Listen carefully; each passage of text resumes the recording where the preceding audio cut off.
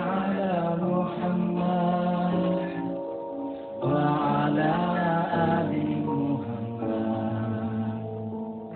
Jamaah sekalian, kita bicara khusyuk pasti berbicara tentang bagaimana kita konsentrasi. Kita punya paradigma tersendiri tentang khusyuk.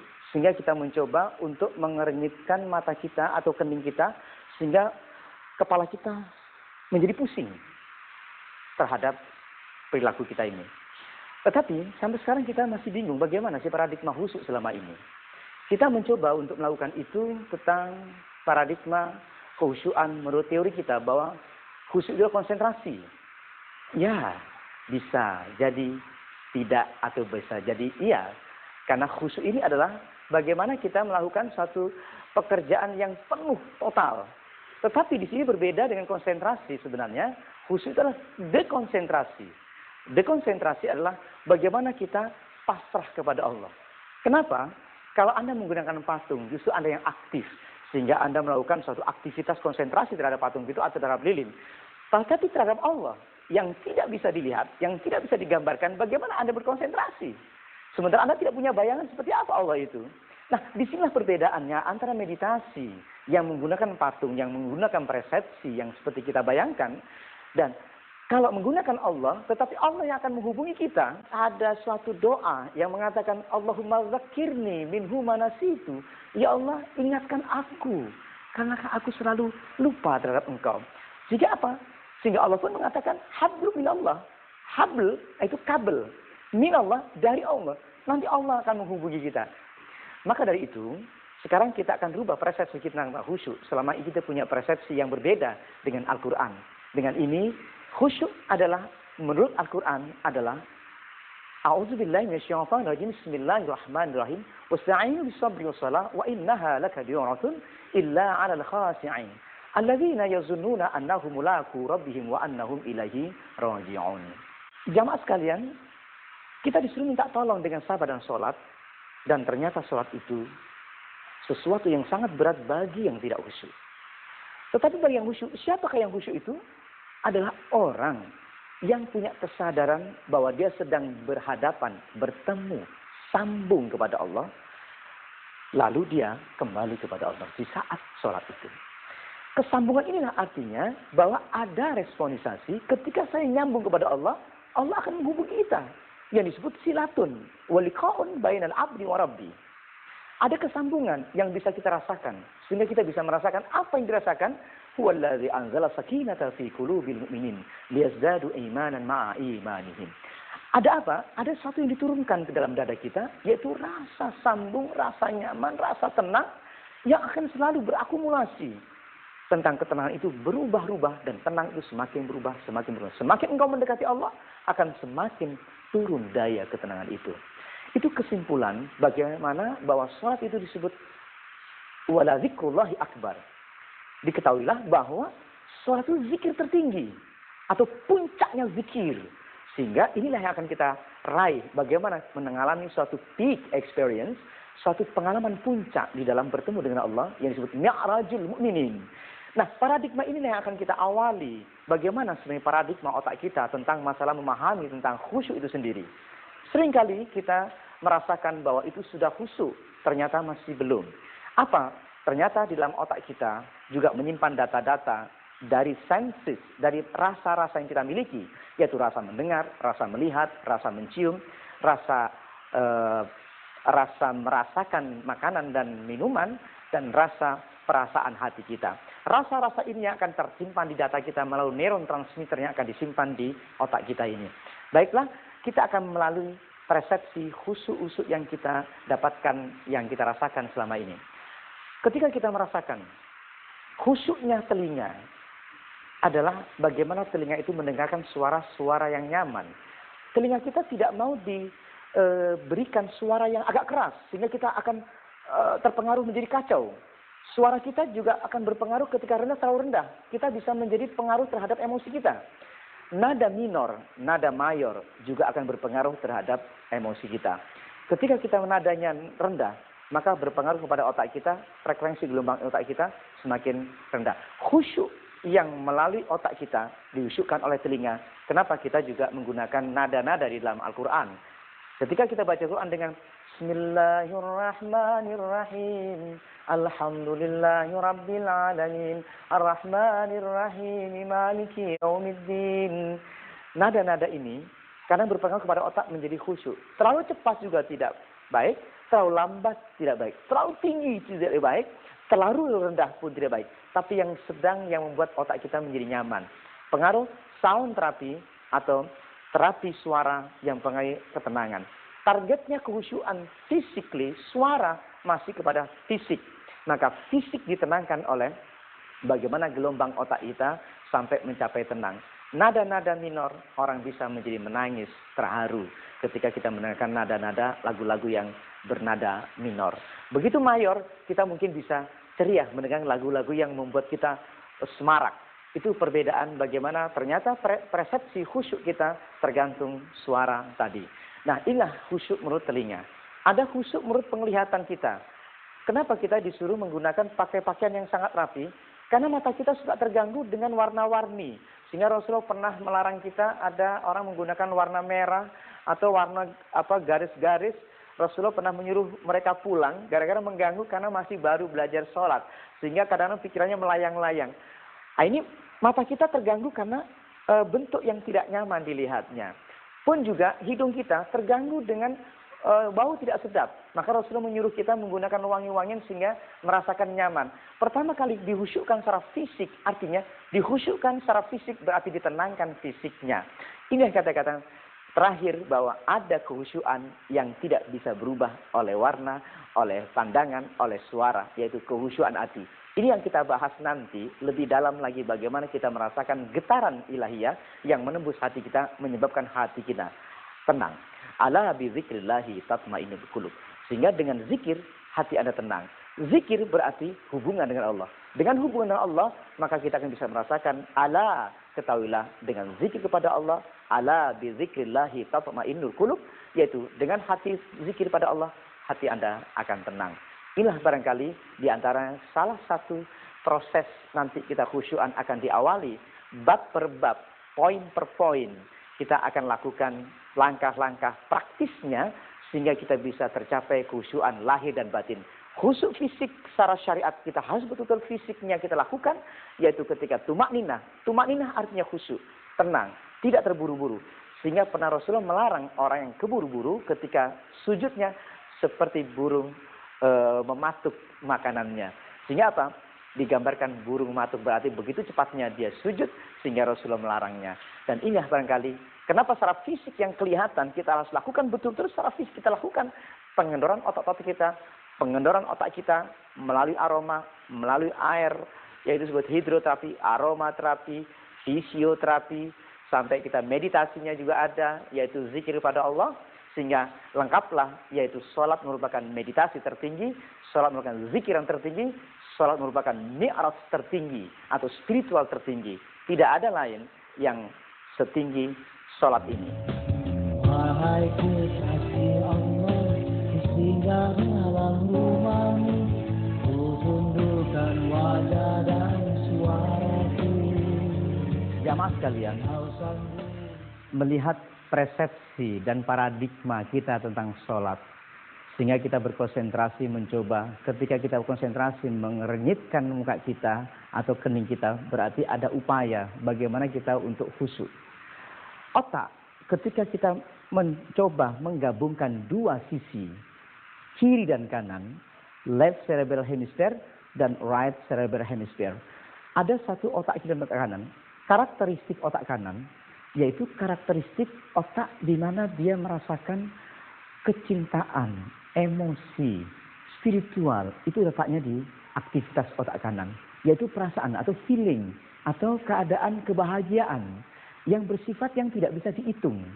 Juga ada satu aspek otak kiri yang bersifat sekuensial, bersifat terhitung dan digital. Tapi juga ada yang sifatnya tidak bisa dihitung. Cinta kepada Allah, iman kepada Allah, emosi kepada Allah yang sebenarnya bisa ditemukan.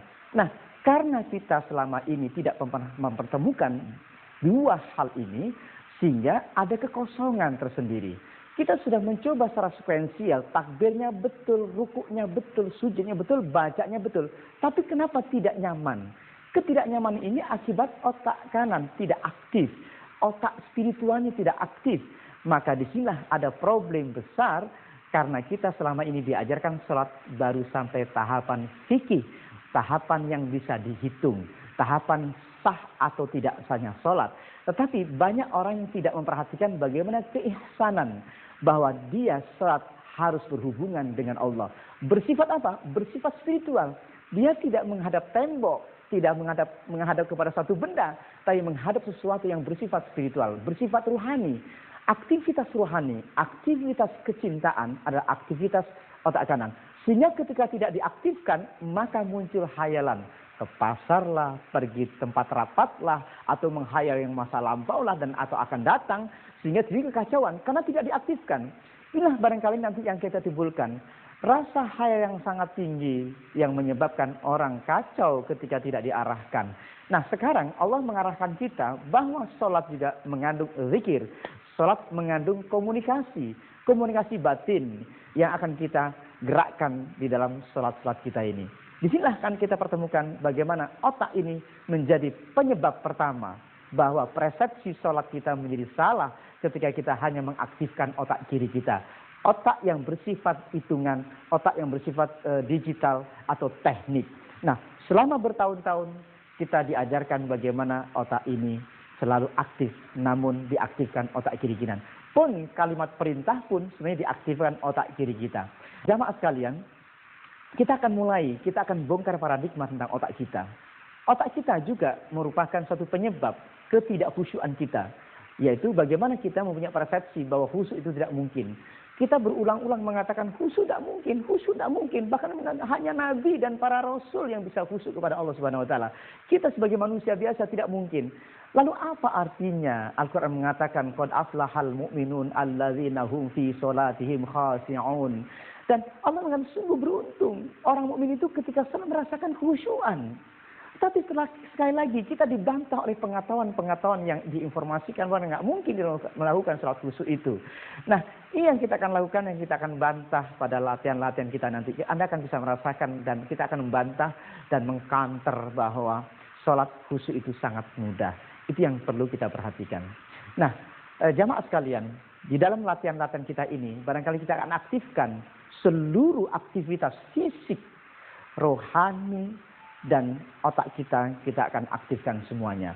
Maka dari itu kita akan bisa merasakan langsung antara hati dan Allah bisa berkesinambungan. Atau langsung berrelasi, relasional. Itu sifat otak kita itu.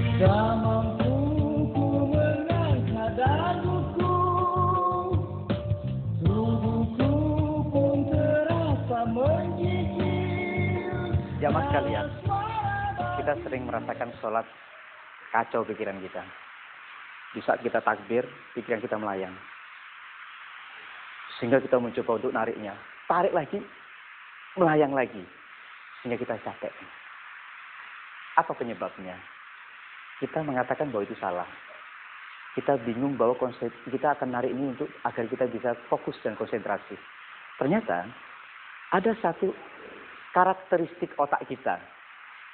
Nah, otak kanan ini bersifat melayang, menghayal, daya hayal yang sangat tinggi, imajinasi, sampai tinggi, melayang, dan ini mampu Anda bisa pergi jauh ke belakang, jauh ke depan.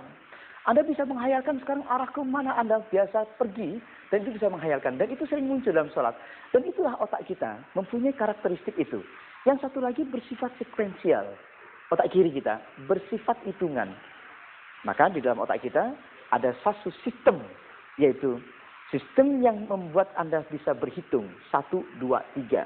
Makanya selalu saja bersifat teknis, bersifat digital. Nah, dua hal ini yang kita nggak perhatikan, bahwa di dalam sholat ada rokaat yang terhitung, ada bacaan yang terhitung. Tapi kita juga melupakan ada rasa yang perlu kita perhatikan. Rasa apa? Rasa sambung. Ada relasi, ada kesambungan antara spiritual, otak kanan kita yang bersifat hayali. Hayali itu hanya diperoleh oleh feeling, oleh perasaan. Yang sehingga Anda bisa dengan perasaannya menyambungkan dengan istri kita, atau anak kita, atau ayah kita.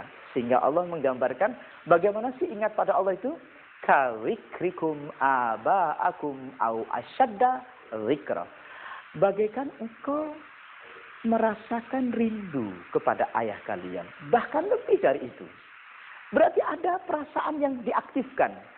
Tapi selama ini kita terjebak kepada hitungan, terjebak kepada hukum fikihnya saja, tetapi melupakan di dalam syariat itu juga ada ihsan. Ihsan itu artinya menyadari ka'annaka tara fa illam takun tara fa innahu yarak. Saat beribadah, Anda punya perasaan bahwa dilihatin Allah, punya perasaan bahwa Allah mengamati kita, dan kita kalau tidak mampu, sadari saja bahwa Allah mengamati kita. Dan itu yang dikatakan ihsan. Ternyata aktivitas yang kanan kita, yang sifat khayalnya, karena tidak diaktifkan, maka pergi nggak karu-karuan, sehingga dia melayang liar kemana-mana. Dan ini kita mencoba, akhirnya dibiarkan, akhirnya kita lupa bahwa sedang sholat. Tiba-tiba selesai sholat itu. Nah, ini ya barangkali yang akan kita sadarkan saja, sholat kita sudah benar. Satu hal, kita sholat sudah betul dan diterima Allah. Tapi ada yang perlu kita perhatikan, kenikmatan sholat tidak tercapai di sini. Sehingga kita merasakan tidak nyaman, capek. Sehingga Rasul mengatakan, kamin qa'imin hasul min qiyami at-ta'abu wa nasabu. Berapa banyak orang sholat tapi hanya dapatnya lelah, capek, dan seterusnya. Nah, inilah otak juga yang akan kita bangkitkan di dalam sholat ini. Otak kita mempunyai suatu sistem juga, limbik dan reptil. Di saat limbiknya dibangun, maka perasaan kita bangkit. Reptilnya dibangun, maka kita akan menolak. Contohnya apa? Di saat pertama kali ingat, Bapak Ibu sekalian, waktu diperintahkan salah sama orang tua kita, otak kita punya dua sistem. Sistem reptil sama dengan karakteristik dengan binatang. Reptil, buaya, terus biawak. Ada satu lagi, ular. Banyak lagi reptil yang Anda tahu. Nah, perhatikan ketika reptil ketemu orang, biasanya dia langsung ada suatu ketika ada ancaman, langsung ada menolak. Atau siap-siap untuk lari, atau siap-siap jaga diri. Itulah reptil. Saat Anda belum kenal saya, barangkali Anda langsung, otak Anda, reptil Anda langsung mengamati seperti ini. Sehingga Anda selalu memblocking. Ketika orang baru, Anda langsung blocking. Blocking inilah disebut reptil. Nah, kenapa sholat itu dipanggilnya pakai limbik? Bukan pakai perintah yang menakutkan. Hayya 'alas shalah, hayya 'alal falah, as-salatu khairum minan naum. Rasakan kalau panggilannya seperti ini. Bapak sekalian, datang sini untuk sholat. Apa? Coba Anda rasakan. Anda akan merasakan suatu kebahagiaan. Anda akan merasakan suasana yang nyaman. Lebih nyaman daripada tidur. Beda dengan kata-kata, ayo sholat. Kalau nggak sholat, neraka kamu. Langsung otak reptil kita yang bangkit. Kita dibangkitkan sejak ketika reptilnya digepuk, dihajar, dan seterusnya. Sehingga apa? Aktivitas reptil kita bangkit. Nah, ketika free sholat, Anda merasa kaku. Kenapa? Disuruh. Maka aktivitas yang kiri atau aktivitas reptil yang bangkit. Sehingga merasakan capeknya luar biasa. Ini terjadi. Tanpa sadar kalimat perintah diulang-ulang. Kalimat perintah diulang-ulang. Bukan azannya yang diulang-ulang. Perintah limbiknya yang diulang-ulang. Tapi reptil yang diulang. Neraka, neraka, hajar, neraka, hajar, neraka. Dan seterusnya diulang-ulang. Pastilah otak kita akan menyimpan memori yang sangat buruk. Yaitu apa? Rasa menolak. Rasa yang menekan dan seterusnya. Nah, ini kan kita akan bahas. Kenapa kita sholat nggak enak sampai sekarang? Kita punya bawah sadar. Memori yang lama di bawah sadar kita ini ada sesuatu penolakan terhadap sholat. Kita buktikan. Kita punya long term memory and short term memory. Kita punya apa? Ada memori yang kita simpan lama. Ternyata itu masih tersimpan sampai sekarang. Terbukti Anda bisa bangkitkan kembali. Ketika ada suara azan, pasti ada rasa memori bawah sadar kita menolak saat itu. Allahu Akbar, Allahu Akbar. Aduh, sholat. Itu udah rasa tubuh kita udah menolak dulu. Sama dengan ketika Anda rasa nyaman, lega ketika sholat, justru ketika setelah hampir selesai sholat. Kenapa? Ketika tahiyat. At-tahiyatul mubarakatus salawatut thayyibat. Rasa leganya ini berarti menunjukkan bahwa sadar kita terbebas. Terbebas dari perintah tadi. Sehingga Anda tidak nyaman. Sesuatu yang tidak nyaman itu nyamannya setelah menjelang selesai. At-tahiyatul mubarakatus salawatut thayyibat. Itu nanti dikatakan long term memory kita menyimpan kekecewaan, menyimpan tekanan, menyimpan trauma terhadap sholat. Sehingga ketika sholat sampai sekarang tidak nyaman. Walaupun sudah seumur seperti saya, masih saja menyimpan itu. Nah, bagaimana ini kita akan balikkan bahwa nanti kita bisa merasakan pengalaman-pengalaman yang nyaman, bukan pengalaman-pengalaman yang buruk ketika kita diperintahkan sholat.